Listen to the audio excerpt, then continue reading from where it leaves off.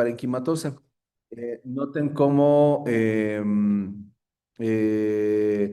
hay disminución del volumen, inclusive del hemisferio en este corte frontotemporal, hay disminución del volumen. Noten cómo está disminuido comparado contra el izquierdo. Y vemos la afección de la tercera circunvolución frontal del lado derecho, la ínsula y la primera y segunda temporal del mismo lado. Vemos también que hay afección de los núcleos de la base, particularmente del núcleo caudado, está disminuido de volumen, inclusive está aplanado, compárenlo con el caudado contralateral. Está aplanado y esto produce discreta dilatación del asta frontal del mismo lado. Entonces, ¿qué es lo que estamos viendo en este corte coronal de encéfalo en el territorio de la arteria cerebral media del lado derecho? Pues estamos viendo un infarto antiguo. Entonces, es un infarto antiguo y recuerden, por favor, asocien la pérdida de el parénquima casi total a temporalidad de larga evolución. Entonces, este es infarto antiguo. Y noten en el infarto contralateral, aquí todavía se conserva la mayor parte del volumen en la zona afectada. Aquí hay afección de la segunda frontal, de la tercera, la primera temporal del lado izquierda y segunda también. Y noten cómo empieza a disgregarse el tejido, empieza a tener un aspecto un tanto arenoso. Y esto es porque en este periodo, en esta temporalidad, pues empieza a haber pérdida parenquimatosa y hay activación macrofágica con fagocitosis de los restos tisulares, particularmente de mielina. Entonces, en estas regiones, si nosotros los vemos al microscopio, lo que vemos son jantocitos. Entonces, aquí hay zonas parcialmente reabsorbidas, secundario a este infarto. Cuando identificamos estas zonas parcialmente reabsorbidas, ese es el tip macroscópico para identificar a este infarto como un infarto subagudo. Entonces, este infarto en el territorio de la arteria cerebral media del lado izquierdo corresponde a un infarto subagudo. ¿Cuál es el tip? La reabsorción parcial. Y acá el infarto es infarto antiguo. ¿Y cuál es el tip? Pues la pérdida parenquimatosa. Entonces, este es el caso. Vamos a ver. Están ordenados alfabéticamente, entonces va a ser como muy aleatorio cómo vamos a ver los casos. Aquí tenemos un caso que está etiquetado como absceso. Y pues sí, noten este es un corte coronal de encéfalo en los segmentos rostrales de los lóbulos frontales y el lóbulo frontal del lado izquierdo presenta esta lesión localizada en la sustancia blanca. El absceso, que debemos de recordar que en el absceso, que el absceso puede tener distintas etapas en cuanto a temporalidad. El absceso, si decimos absceso es porque está asociado a algún microorganismo, particularmente bacterias. Entonces, cuando empieza el agregado bacteriano, se produce respuesta inflamatoria y se utiliza un término a esa inflamación en el parénquima cerebral, en este caso en la sustancia blanca, se conoce como cerebritis, ¿no? Cerebritis temprana. Y esa cerebritis temprana, ¿qué es lo que corresponde? Pues corresponde a ese agregado inflamatorio neutrofílico que macroscópicamente se ve como estas lesiones. Miren, en esta región noten cómo es una lesión irregular, afecta a la mayor parte de la sustancia blanca en este plano de corte. Y aquí la lesión se ve sólida, homogénea, color café amarillo pálido. Los márgenes son indistintos. Y en la periferia, fíjense que hay algo muy notorio. Esto que se ve aquí, estas zonas puntiformes, color café oscuro, ¿qué son? Pues son vasos que están ectásicos o a lo mejor vasos que también están en un contexto de proliferación, pero inflamatoria. Entonces, en este centro, ¿qué es lo que vamos a encontrar conforme vaya avanzando el absceso? Pues vamos a encontrar detritus celulares, piocitos, puede que encontremos a lo mejor el microorganismo como bacterias, etcétera. Entonces, este es un absceso, yo diría, en una fase temprana de formación. ¿Y por qué? Porque cuando el absceso continúa avanzando en su formación, Este centro se transforma en un centro necrótico que inclusive cuando lo cortamos en el encéfalo se desprende ese tejido, ¿no? Es fácilmente desprendible. Y es cuando se forma ya el centro completamente necrótico. En la resonancia magnética, la traducción de esta zona es con esta zona periférica con reforzamiento en anillo. Es lo que se ve. No olvidemos que algo importante en los abscesos es que cuando están en la cercanía de aracnoides, el aracnoides es una fuente de fibroblastos. Y cuando están en la cercanía, los fibroblastos se activan y producen colágena y forman cápsula. En este caso no se ve cápsula, es un absceso en una fase temprana de formación.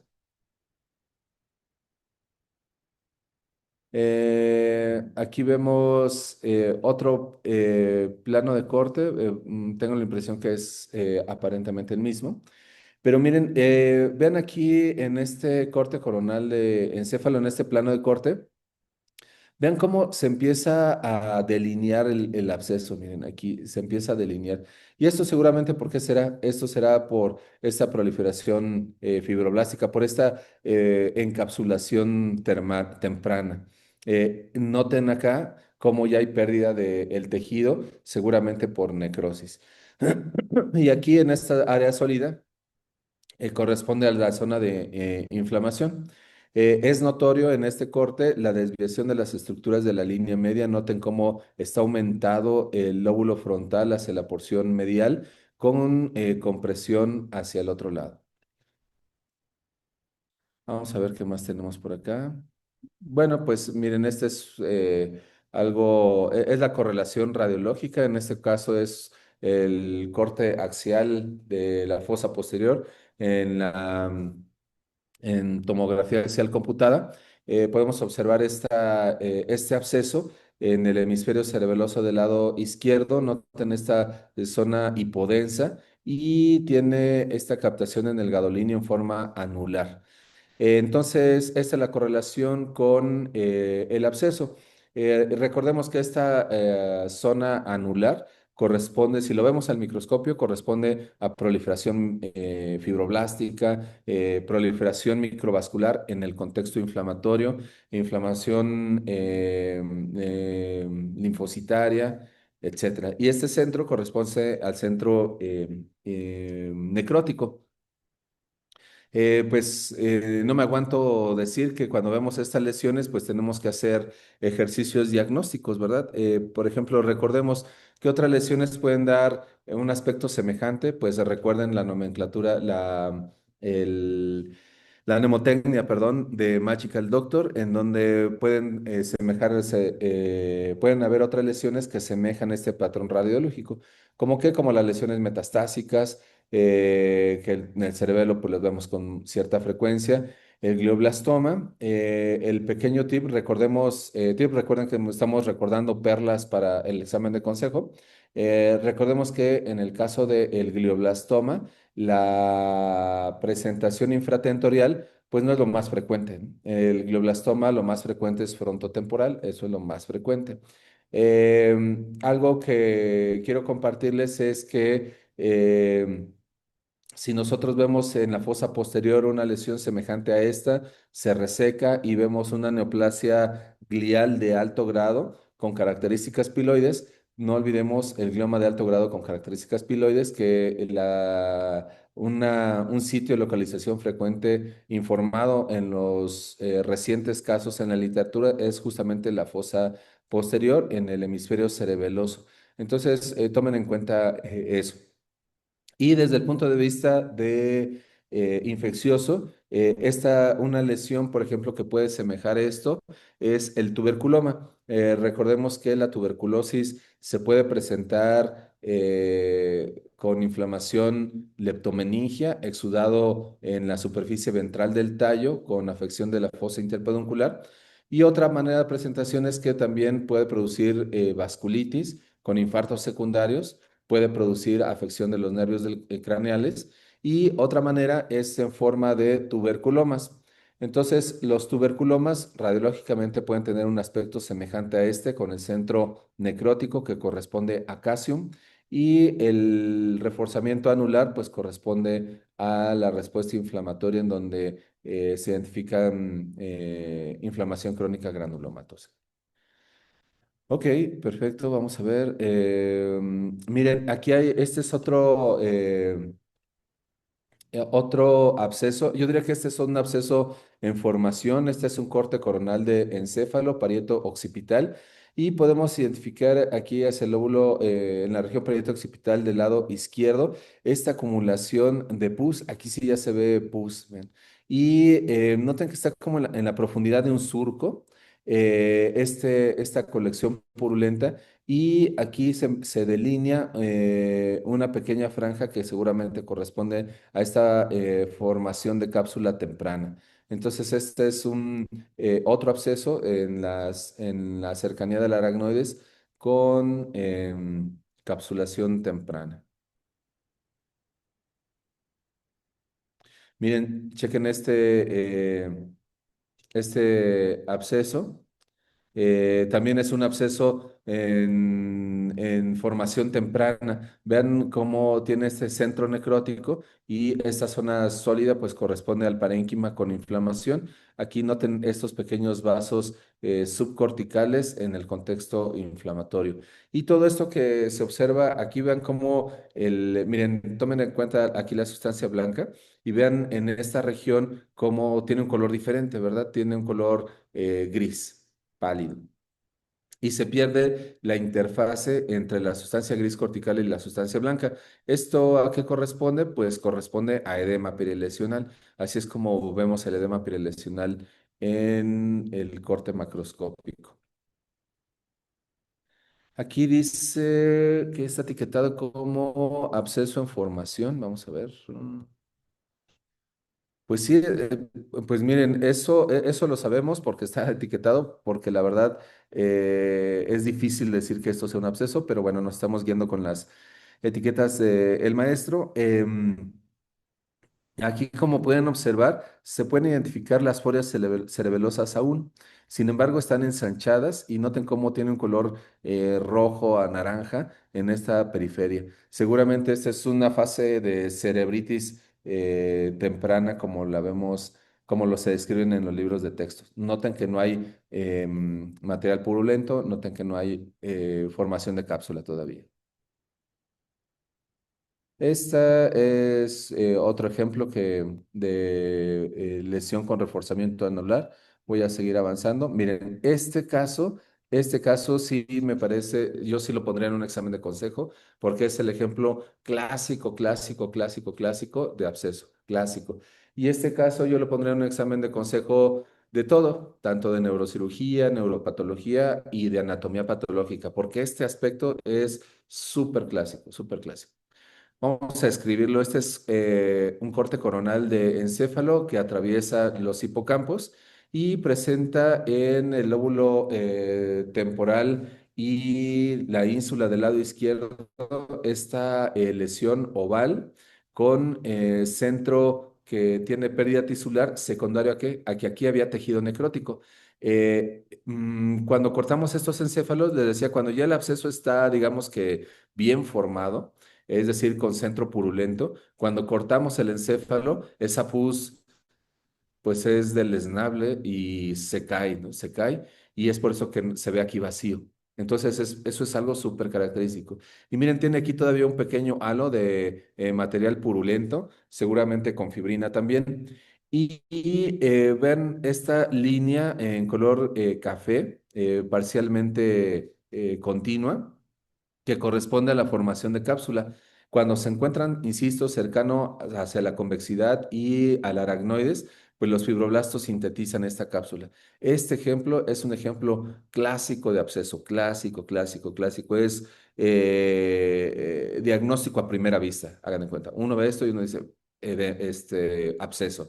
Ténganlo en mente. Esto yo diría que es un corte obligado en un examen de consejo. Este sí. Aquí está etiquetado como absceso, pues probablemente, no me parece un ejemplo clásico. Eh, Me cuesta trabajo identificar la lesión, tal vez en esta región. Miren, aquí se ve como granular las folias cerebelosas. No tengo mucho que comentarles aquí, no se ve claramente la lesión en mi opinión. Aquí esto está etiquetado como abscesos múltiples, vamos a ver. Sin duda, esto estoy muy de acuerdo. Miren, identifiquen las lesiones, son varias. Aquí este es un corte coronal de encéfalo que atraviesa los hipocampos y los tálamos. Y noten que hay varias lesiones, ¿verdad? Aquí ven esta en el lóbulo frontal izquierdo, el derecho, en el tálamo derecho, en el surco que divide la cuarta y la quinta temporal, y son todos los que yo veo. Es que lo cerca ¿Dónde? La cápsula externa. Cápsula externa, cápsula externa. Cerca del claustro, ¿no? Cerca, ¿aquí? Pues, pues probablemente, Adrián, probablemente, sí. Mira, lo que pasa es que aquí se ve una zona irregular, color café con congestión vascular. No dudo que a lo mejor aquí al microscopio, Adrián, identifiquemos infiltrado neutrofílico, muy inicial, no lo dudo, pero aquí la verdad está como medio difícil. Pero mira, por ejemplo, compara esta zona que tú dices con esta, mira. Aquí ya se ve claramente la formación del absceso. Generalmente los abscesos son ovales, Adrián. Mira, aquí como esta, como esta, como esta y como esta.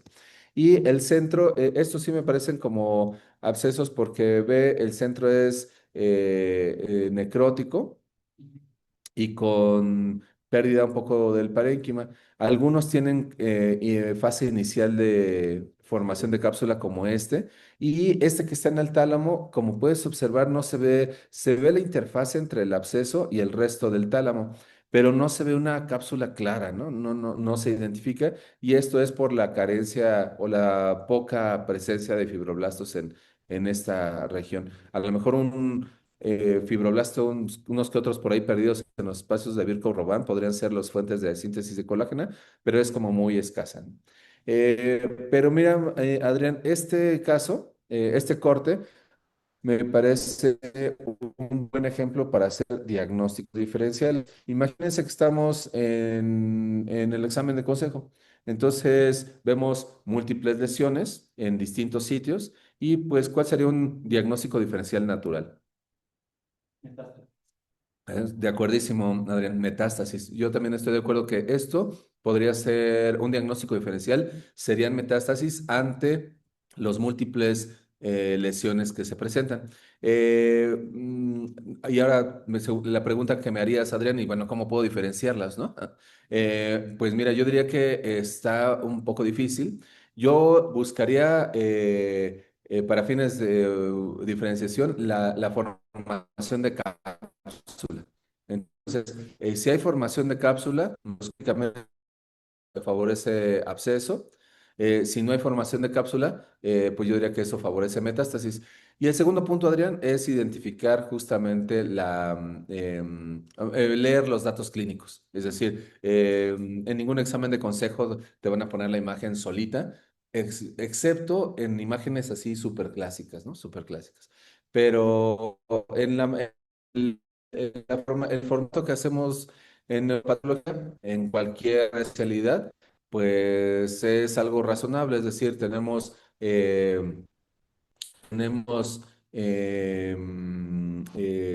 datos clínicos, datos radiológicos y corte. Perfecto, muy bien. Entonces, este es como el punto. Vamos a ver aquí otra cosa que tenemos.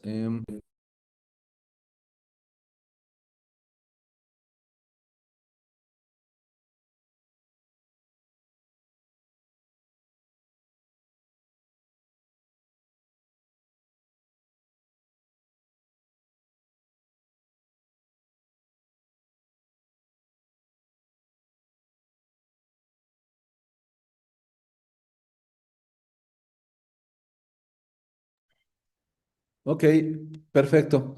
Entonces,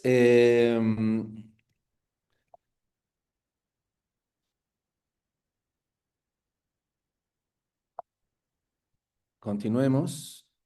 Mira, Adrián, estos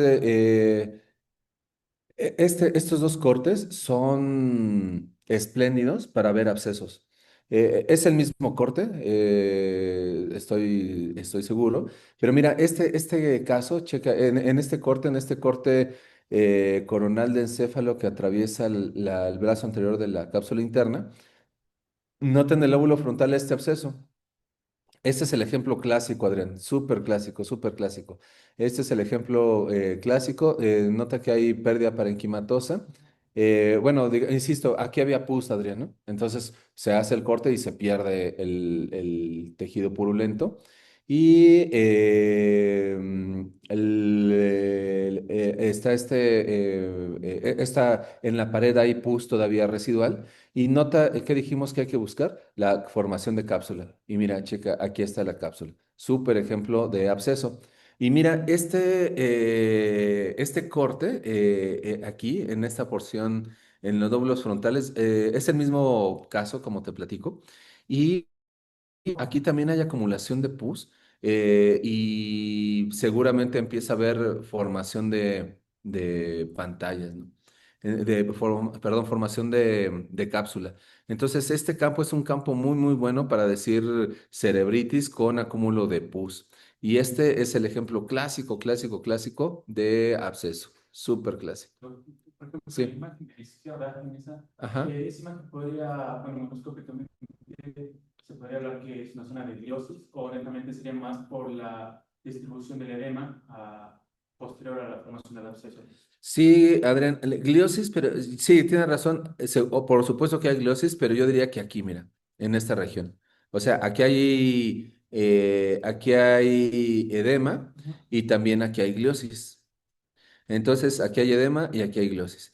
Y checa, esto es pus. Esto es pus. Aquí yo no diría, en esta región, esto no corresponde a gliosis, aquí no. Esto es pus, Ah, así es. Ándale, o sea, sería como equiparable a eso, como una cerebritis, justamente, justamente. Aquí, miren, aquí el maestro lo tiene etiquetado esto como abscesos por toxoplasma. Em, Macroscópicamente, yo diría que lo único que nos puede hacer sospechar que es toxo es la localización porque el toxo, como ustedes saben, tiene especial afinidad por los núcleos de la base y los tálamos. Entonces, vean, aquí hay acumulación de material de aspecto purulento, la lesión es irregular, es blanca y en la periferia pues hay congestión con esta franja en color café, que son vasos, ¿no? Entonces, sí, estos son abscesos. Yo lo que les invitaría en este corte es decir, pues estos son abscesos y bueno, pero ¿dónde están localizados? En los núcleos de la base. Entonces, yo buscaría, el ejercicio es, bueno, tiene abscesos en los núcleos de la base. Yo buscaría en los datos clínicos si el paciente tiene algún dato de inmunosupresión. Y si tiene algún dato de inmunosupresión, alguna enfermedad que le confiera inmunosupresión, pues entonces pensaría en que probablemente estos abscesos con esa localización en núcleos de la base y tálamos, pues toxoplasma sería una opción, sin duda. A diferencia, por ejemplo, miren, me regreso acá. Acá, este es el ejemplo clásico, clásico de absceso piógeno. Este es el ejemplo súper clásico. Formación de cápsula, material purulento, súper clásico, súper clásico. Y acá la reflexión es, pues sí, se ven abscesos, se ven abscesos, pero si tiene antecedente de inmunosupresión, bueno, pues entonces habrá que pensar a lo mejor en toxoplasma. Otro diagnóstico diferencial, por ejemplo, es que esto fuera formación de tuberculomas. Ese sería mi otro diagnóstico diferencial. ¿Y qué buscaría en los datos clínicos? Pues si el paciente tiene datos de tuberculosis, ¿no? O sea, si tiene datos en el pulmón, obviamente, o en algún otro sitio, ¿no? O si ya tiene una prueba previa de tuberculosis, esa sería la correlación. Dice aquí actina del músculo normal. Pues no tengo mucho que comentarles. Aquí es Eh, esto son microscopio electrónica de transmisión y bueno, pues miren, es microscopio electrónica de transmisión. Y está etiquetado como cuerpos fibrosos, pero fíjense que no los veo. O sea, miren, aquí está el núcleo, estas son las zonas electrón lúcidas, electrón densas, que corresponde a eucromatina y heterocromatina. Esto es citoplasma, aquí hay estructuras... no, no, no, ¿saben qué? No, miren. eh, no, miren, esto es como muy particular. Miren, sí, ya lo ubican especialmente patólogos. Miren, exacto, exactamente, Martín, exactamente así es. Está como en forma de raqueta. Y si está en forma de raqueta, pues eso es patognomónico ¿de qué? De histiocitosis. ¿Y estos cómo se llaman? Gránulos de Birbeck o cuerpos de Birbeck. Sí, exacto. Miren, esto tiene aspecto en raqueta. Sí, estoy súper de acuerdo. Súper de acuerdo. Bueno, esto en el contexto de histiocitosis, compañeros. El histiocitosis, el sistema nervioso, por supuesto que existe. Es una enfermedad infrecuente, pero por supuesto que existe en el sistema nervioso. Entonces, los gránulos de Birbeck son patognomónicos, ¿no, Martín? En mi conocimiento no hay ninguna otra enfermedad que tenga gránulos de Birbeck. Miren, se los prometo, va a venir en su examen de consejo, se los prometo, porque este es una pieza macroscópica clásica, clásica, clásica en neuropatología, súper, súper clásica. Evidentemente es una pieza postmortem, es un corte sagital de encéfalo y lo que muestra aquí es una neoplasia extraxial en la región sillar, pero obviamente con extensión suprasillar, ¿verdad? Vean, la lesión está lobulada, es sólida, con zonas extensamente hemorrágicas. Y, y pues miren, tiene aquí un trayecto que pues probablemente sea un trayecto quirúrgico, no estoy muy seguro, no estoy muy seguro. Recuerden que estas piezas son, y claro, ustedes en neuros quirúrgicos van a decir como un trayecto quirúrgico, ¿no? Pero en esta región, ¿no? Pero recuerden que estas piezas son de hace décadas, ¿no? Décadas. En la actualidad no vemos estos especímenes. Entonces, no dudo que a lo mejor sean estos cambios por algún tipo de abordaje. No sé si ustedes conocen algún abordaje así medio dorsal, no lo sé. Y bueno, y miren algo que también me llama la atención aquí de la pared ventricular. Miren, la pared ventricular está granular, lo cual me hace pensar que esto sea ependimitis, probablemente se haya infectado. Pero bueno, esto es un ejemplo macroscópico clásico. Esta es una pieza clásica en la neuropatología mexicana, clásico, clásico de un de hipófisis o tumor neuroendocrino pituitario o hipofisiario con la nomenclatura actual. Súper, súper clásico. Probablemente sí, qué bueno que lo comentas, Rubén, con apoplejía, pues sobre todo por el componente hemorrágico, Rubén, como por el componente hemorrágico, como ya lo hemos discutido, Rubén, se acompaña además de la hemorragia de necrosis. Entonces, seguramente a lo mejor aquí estas regiones corresponden a necrosis también. Yo creo que estas zonas son las zonas como residuales de los tumores del tumor. Sí. Macroscópicamente, usted tendría como un neuroendocrino planetario, pero no podría, bueno, en relación con los adenomas que hemos hablado, Ajá. generalmente macroscópicamente tienen una composición no tan sólida.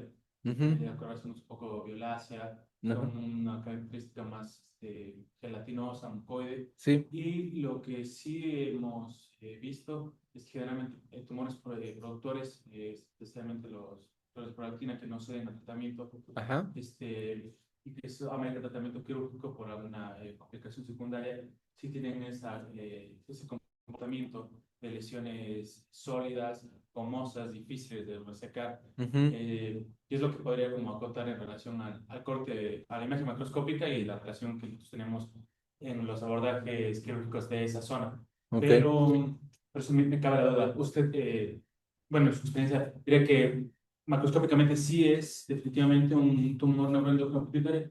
Este sí, sí, sí, sí, este sí, sí, sin duda, sí, este sí. Y lo que comentabas con respecto al tratamiento que le dan a los pacientes en los funcionales, sí, ciertamente vemos cambios tisulares, como por ejemplo depósito de colágena, un poco de mayor deformación de trabéculas de colágena. Sí, eso sí se ve, eso sí se ve. En este caso, Adrián, yo pienso que es un adenoma hipofisiario más o menos usual, y lo digo más o menos por el componente hemorrágico que comentó Rubén. Ah, gracias. De nada. Y yo creo que este aspecto es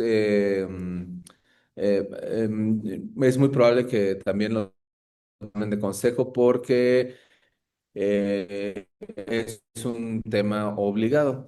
Está etiquetado como metástasis de adenocarcinoma y pues estoy muy de acuerdo. Aquí, ¿cuál es el tip? Pues que identifiquen tejido que no es del sistema nervioso, ¿no? En este caso es tejido epitelial glandular. Las glándulas, desde un punto de vista muy, muy básico, los adenocarcinomas, eh, insisto, desde un punto de vista muy básico, pues generalmente forman luces o túbulos, como lo vemos aquí. Miren, aquí se forman las estructuras tubulares.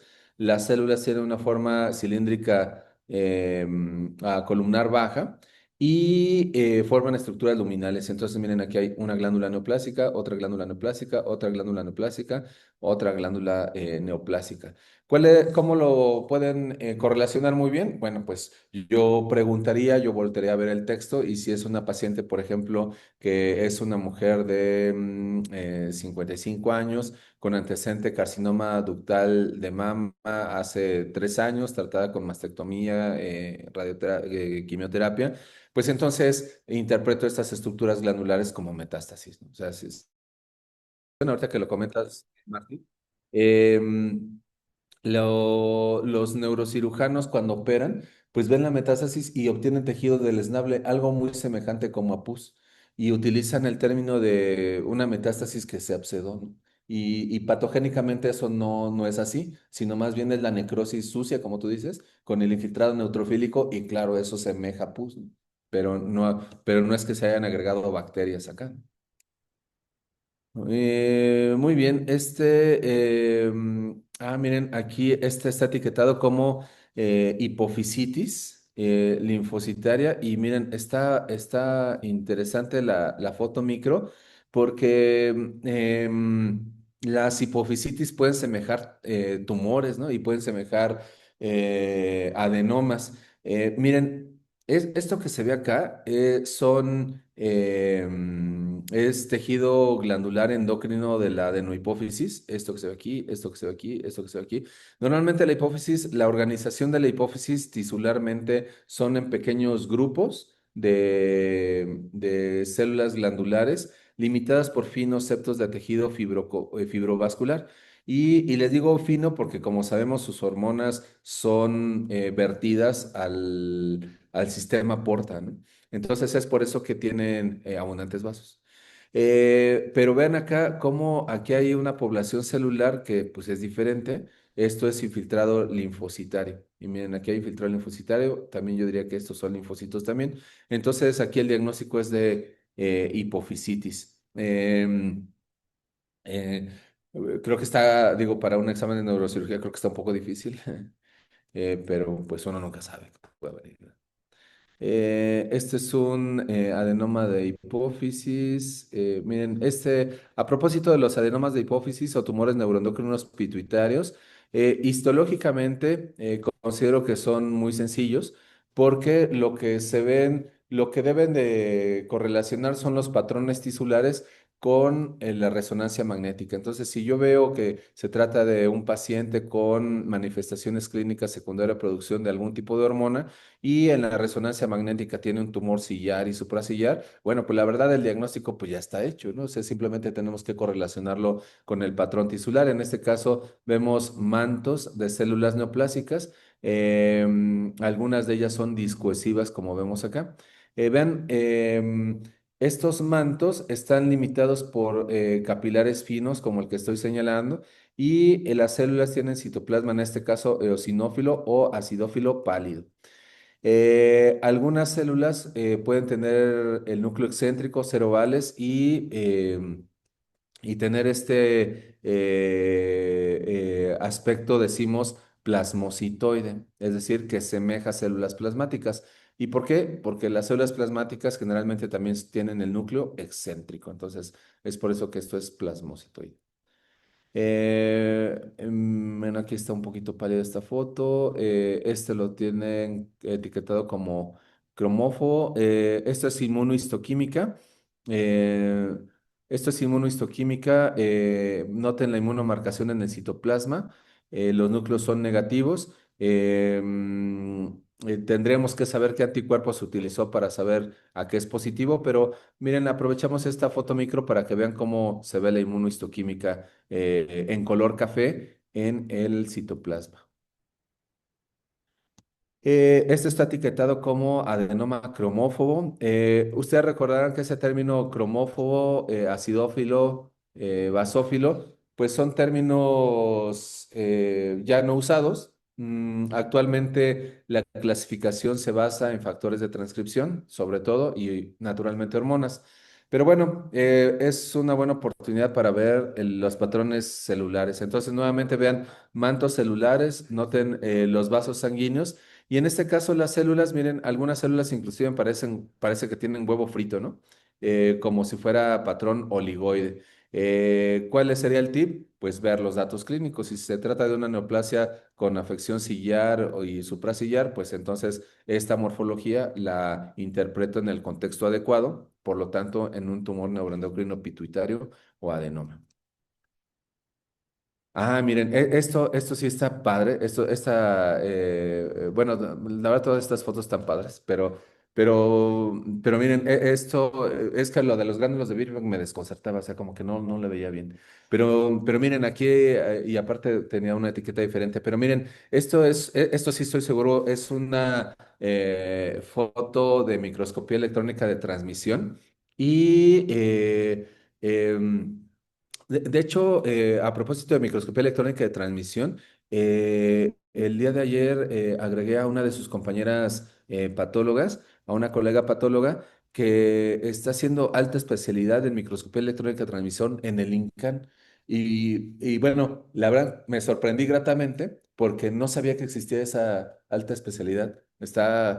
Y la microscopía electrónica es un mundo también muy, muy bonito, muy, muy padre. Pero bueno, cierro el comentario. En caso de que esté conectada y guste hacer algún comentario, la doctora, pues no se detenga.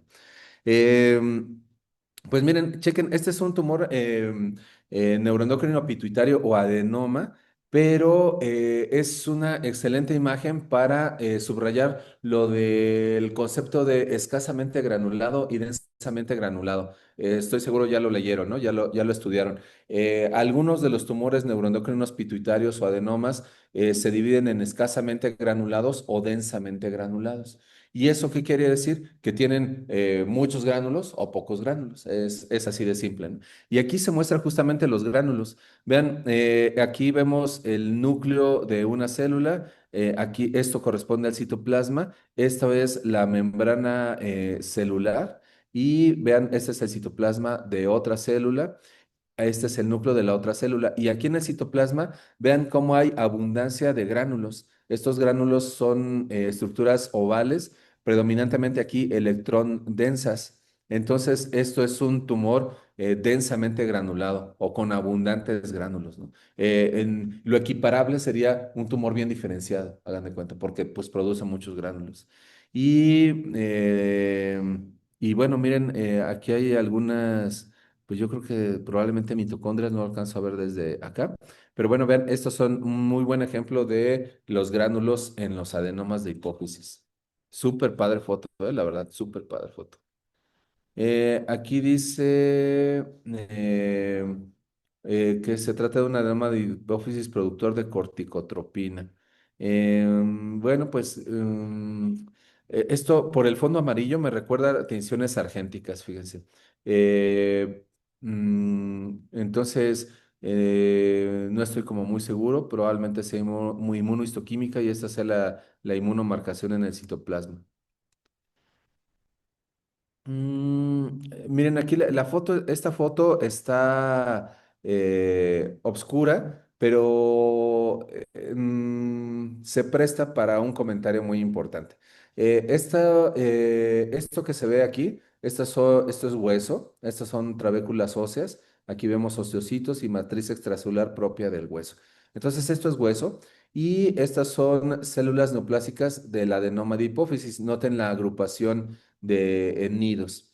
En este caso, vemos que el adenoma invade al hueso y sabemos muy bien que puede invadir a la silla turca, puede extenderse inclusive hasta la cavidad nasal.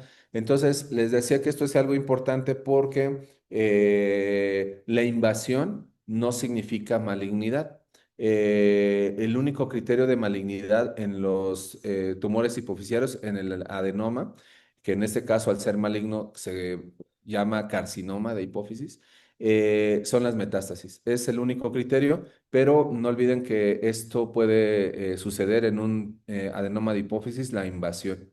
E inclusive cuando hay resecciones transnasales, pueden quedar remanentes neoplásicos en la mucosa nasal.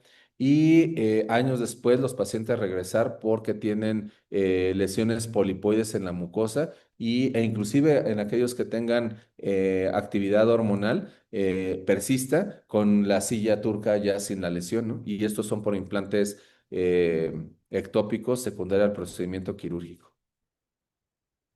Este es otro muy buen ejemplo histológico de adenoma de hipófisis. Noten las células organizadas en pequeños grupos, varias de ellas discoesivas. El citoplasma lo veo con cierta basofilia y esta es otra presentación de los tumores neuroendocrinos pituitarios.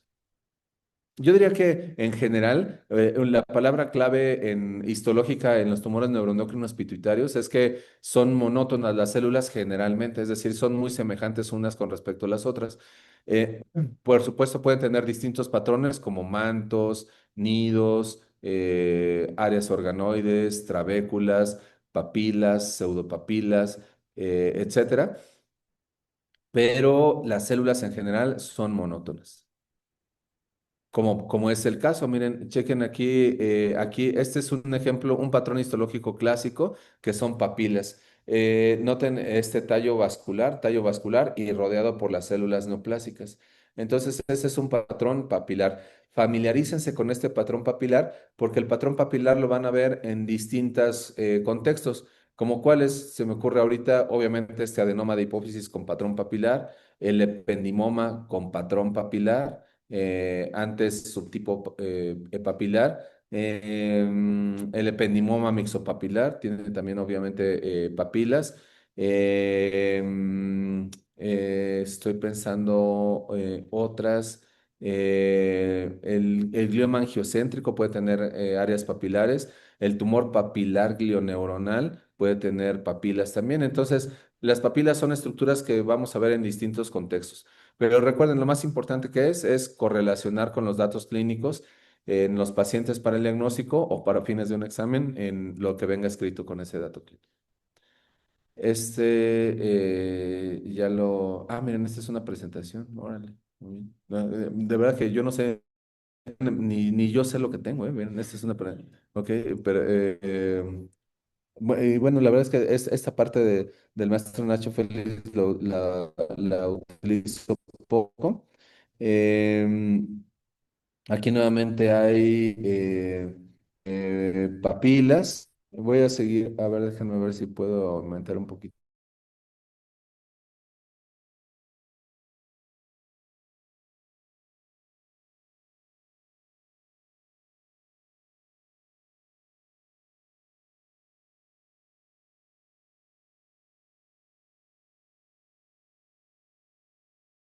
Diurética, perdón, discúlpenme, como adenoma de hipófisis y no sé cómo esté.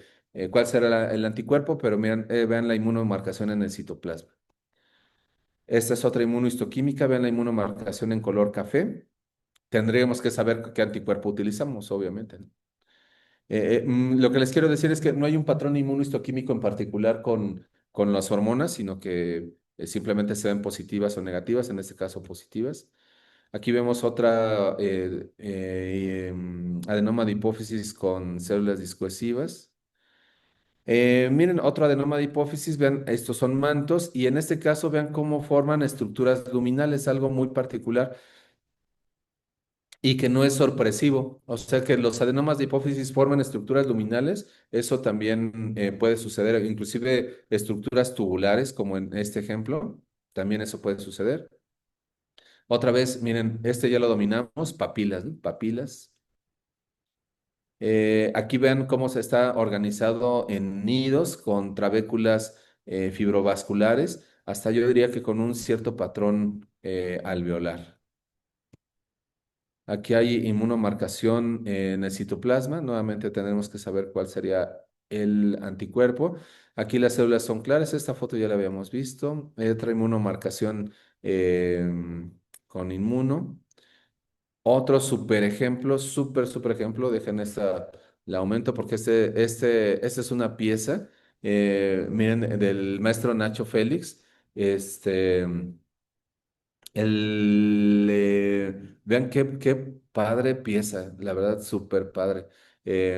Siempre cuando digo bonita, padre, etcétera, siempre desde el punto de vista profesional, por supuesto, ¿no? Es una tragedia que haya fallecido, por supuesto. Pero miren, es el estudio de autopsia de 1984. Qué padre. Esto es como si estuviéramos en un museo, compañeros.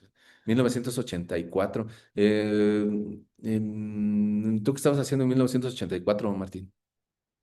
Ah, Ok. oh, no, no, sí.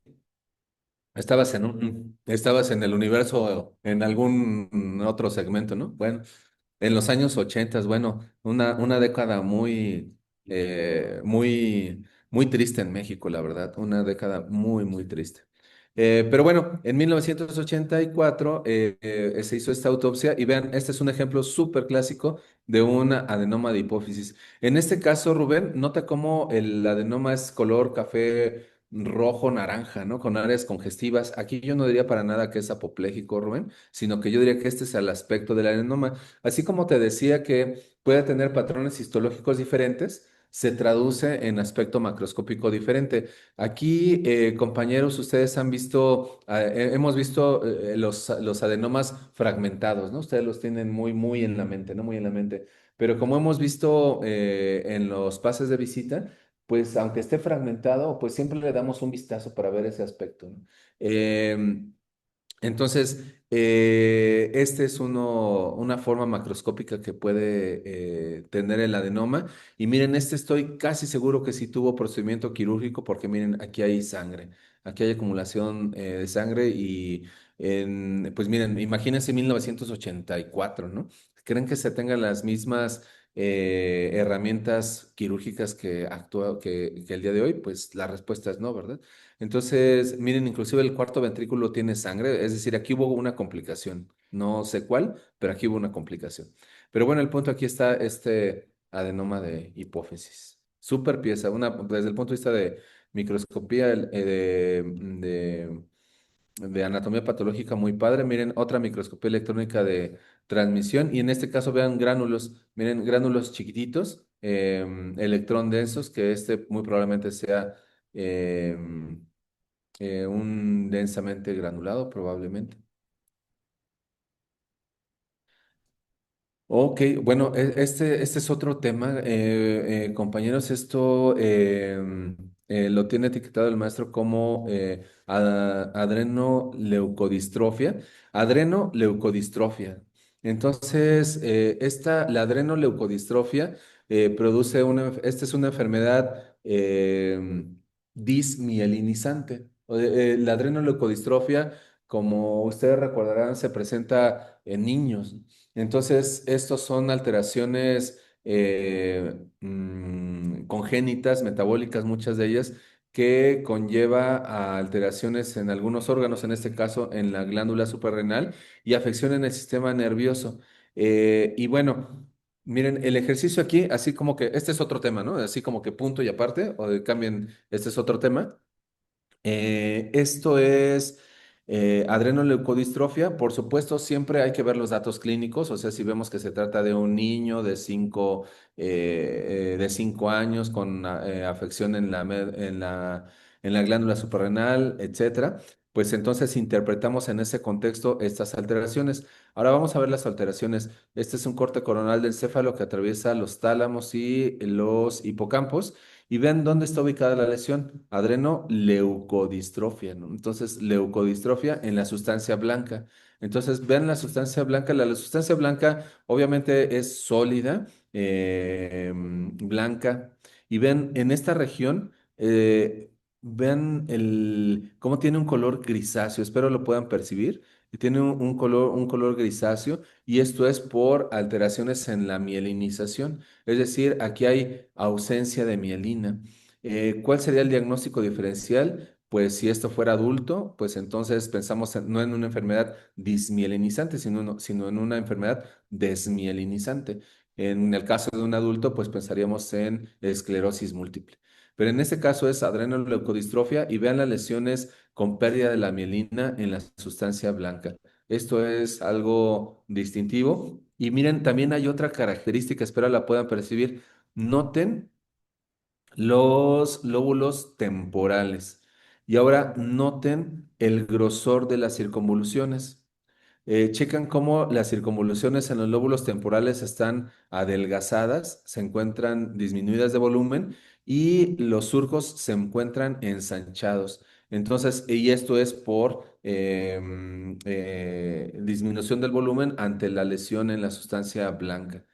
Este caso está súper padre, la verdad, súper, súper bueno. Eh, bueno, esperemos no se lo pongan en el examen de consejo, porque si no, que Dios los proteja. Pero bueno, no se preocupen, ¿eh? Me refiero, no se preocupen, el examen de consejo de todos, tanto de anatomía patológica, neuropatología, neurocirugía, en ninguno les van a poner nada más la imagen así, a ver, dime qué es, pues no, eso no va a pasar. Eso sucedía antes en los años 80, eso sí sucedía, pero actualmente no. Entonces, vean los datos clínicos siempre. Órale, wow, esto, no, pues miren, ya me emocioné también, ya no. Ven, estas son malformaciones y vean, lo tiene etiquetado el maestro como agiria. Vean este lóbulo frontal. Son los lóbulos frontales, ya los vieron, ¿no? Miren, aquí se ve parte de la comisura anterior. Y noten el septum interventricular dividido. Esto es normal en etapas tempranas de los niños. Estas son las porciones rostrales de los lóbulos temporales y ven cómo no hay circunvoluciones, no hay formación de giros ni surcos. Esto es agiria. Wow, qué pieza, ¿eh? Súper pieza de museo. Esta sí, compañero, y fíjense que creo que en el caso de las malformaciones, creo que esas sí son especímenes que nada más uno lo pone y ya uno tiene el diagnóstico. En este caso, agiria. Em, Bueno, recuerden que esto está ordenado alfabéticamente y esto está etiquetado como enfermedad de Alzheimer y esto lo tienen marcado como degeneración neurofibrilar. Y miren, la enfermedad de Alzheimer, pues obviamente es una enfermedad neurodegenerativa, hay pérdida de neuronal y miren, justamente aquí hay la tendencia a formar un ovillo. La mejor manera de ver estas cortes histológicos son con tinciones argénticas o con inmunohistoquímica, con el H también ayuda. En este caso, se ve degeneración neurofibrilar. Y este sí es de examen de consejo. Miren, estas son placas cerebrales seniles. Em, las placas cerebrales seniles, compañeros, con esta foto micro termino. Miren, esto sí es como de examen de consejo. Las placas cerebrales seniles las podemos ver en el contexto de cambios asociados a envejecimiento. Eso lo podemos ver, eso es como algo natural. pero también lo podemos ver exacerbado en el contexto de Alzheimer. Y las placas cerebrales seniles, pues se deben a la acumulación de proteína tau y amiloide. Entonces, estos acúmulos forman estas placas que son mejor evidentes, insisto, con tensiones argénticas o con inmunohistoquímica. Y vean, placa cerebral senil, placa cerebral senil, placa cerebral senil, placa cerebral senil. Eh, ustedes están muy jóvenes, pero ¿conocen al actor Bruce Willis? Ah, bueno. Él tristemente padece enfermedad de Alzheimer y bueno, lo que veríamos en ese encéfalo serían abundantes placas cerebrales seniles como estas. Muy bien, bueno, pues con esto terminamos. Les digo que el día de hoy justo se me ocurrió ver el set del maestro Nacho Félix, pues verlo junto con ustedes y hacerles comentarios que me surjan. Con el pretexto de que viene el examen de consejo en octubre de neurocirugía. Y pues así lo seguiremos haciendo en los siguientes jueves hasta el término de este mes. Muy bien, muchas gracias y nos conectamos el siguiente jueves. Que tengan buen día.